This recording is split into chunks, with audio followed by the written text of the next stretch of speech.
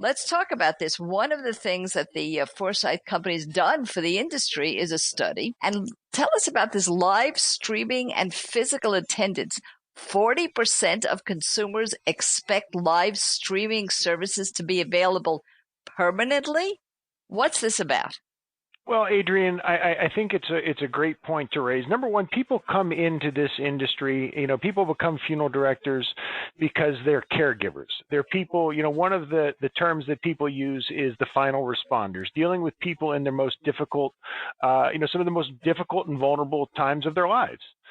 And one of the things that's happened, if we go back what seems like a lifetime ago, but was only 4 or 5 months ago, we had new restrictions imposed upon us. It was around no more than 10 people at a gathering.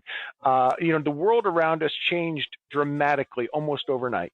And I would tell you that the funeral industry as a whole has traditionally been 10 to 15, 20 years behind the times.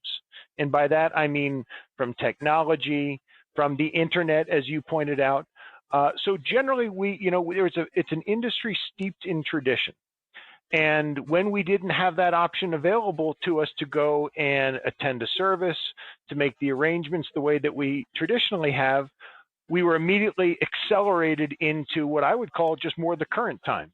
So, I mean, it became a time where, as you mentioned earlier, people had to attend services by live streaming. They had to make arrangements by Zoom or Teams or other virtual methods that were very foreign to the industry, but not necessarily foreign to society today. And so one of those ways is obviously live streaming.